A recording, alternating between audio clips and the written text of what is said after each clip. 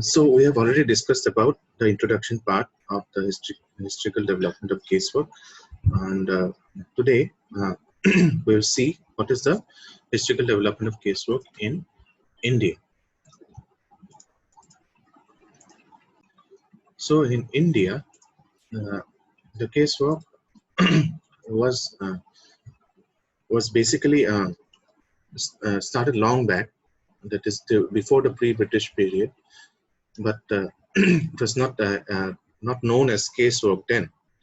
So before the pre-British period to 1800, from the ancient times, it was the Indian system was dominated by caste system, and the upper caste used to protect the lower caste people in time of some difficulties, but not always. There are some of the important aspects are as follows. For example, joint family, and it is like a trust sharing common property, and it protected aged children and women. It served as a social trust. So we were living in the era of joint family those days, and if there's any problem in the family, uh, in jointly the problem was basically solved within the family itself. So there was a kind of social trust in between families in the community. So village community, there are Indian villages were independent in matters of food, clothing, and shelter, and the whole community used to take each other's mutual help. So Indian villages were basically independent, right? And there was no nation. There is no concept of nation at that time. And Indian those villages were self-sufficient, and they used to grow their own food. They used to produce their own clothing. Shelter also was provided by the own community members. So this whole community used to take help from each other and were mutually interdependent.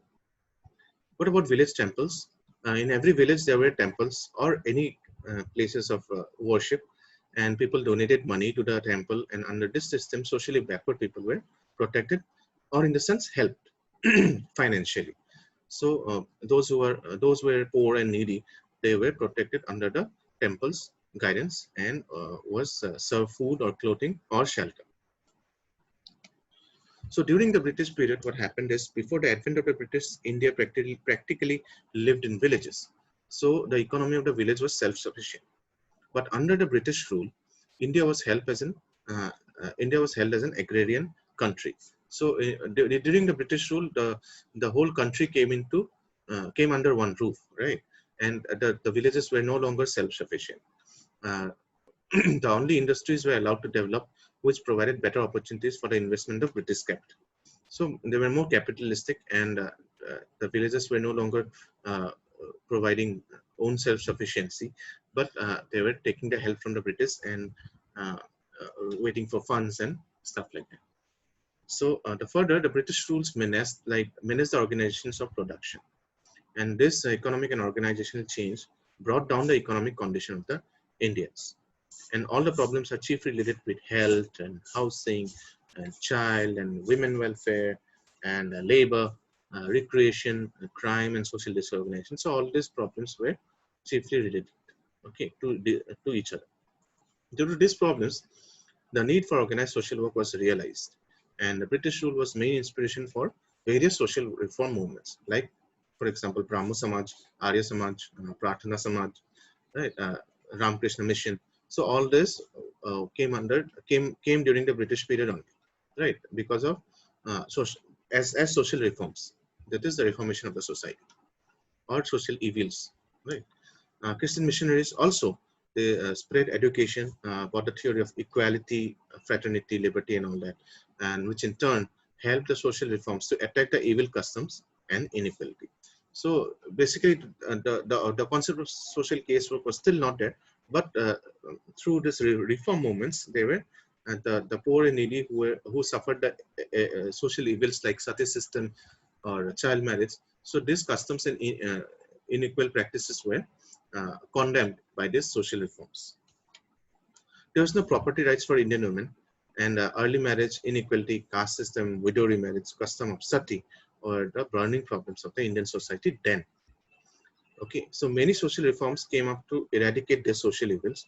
Meanwhile, Raja Ram Mohan Roy and Dayanand Saraswati started the Brahmo Samaj, and Arya Samaj respectively. Okay, and Swami Vivekananda established the Ramakrishna Mission. Annie Besant started Home Rule Movement, so or Home Rule League. So they were all against the British and against the reform movement, against the practices, evil practices of child marriage or a caste system or widow remarriage, or sati system. So all these were also condemned.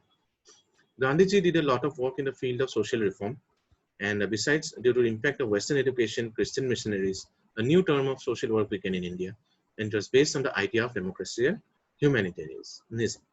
So these concepts of democracy and humanitarianism, or the concept of liberty, equality, fraternity, they also reached India by then, and most of the reform movements were headed by Gandhiji only, and with the impact of Western education and learnings from Christian missionaries, the social work practice began afresh in India.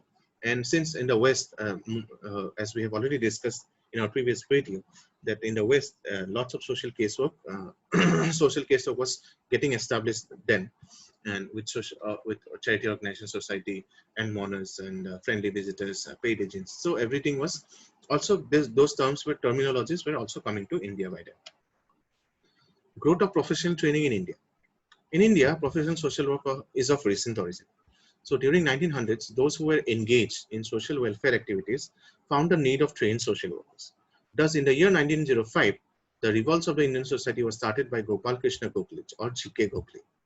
Then the emergence of Mahatma Gandhi and the rise of Sarvodaya movement in 1950 made a lot of constructive works in Indian politics. But these Gandhian social workers were not trained, and it is not a professional social work.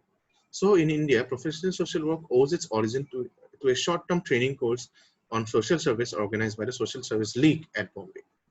Till that time, social workers or volunteers, they did not get any remuneration or salary or any pay. So it was simply a social service to the needy people, guided by the principle of humanity. Later, the first school of social casework was started in 1936 by Clifford Blanchard in the Nagpara Society. And he came to India in 1925 and felt the need of trained social workers, right? And he established the Sir Dorabji Tata School of Social Science in Bombay in 1936 with the help of Dorabji Tata, obviously, and which offered the School of Social Science offered professional training in social work. So the first concept of social casework or social work was was there in 1936 due to the establishment of Sir Dorabji Tata School of Social Science in Bombay.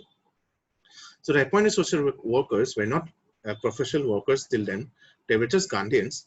But later on, different schools of social work came into existence in places like Delhi, Calcutta, Lucknow, Varanasi, Baroda, Agra, Udaipur, etc., which imparted professional training in social work surface based on the learnings they did in in the West, and with the inspirations of the social case workers like like Perlman and Mary Richmond, etc.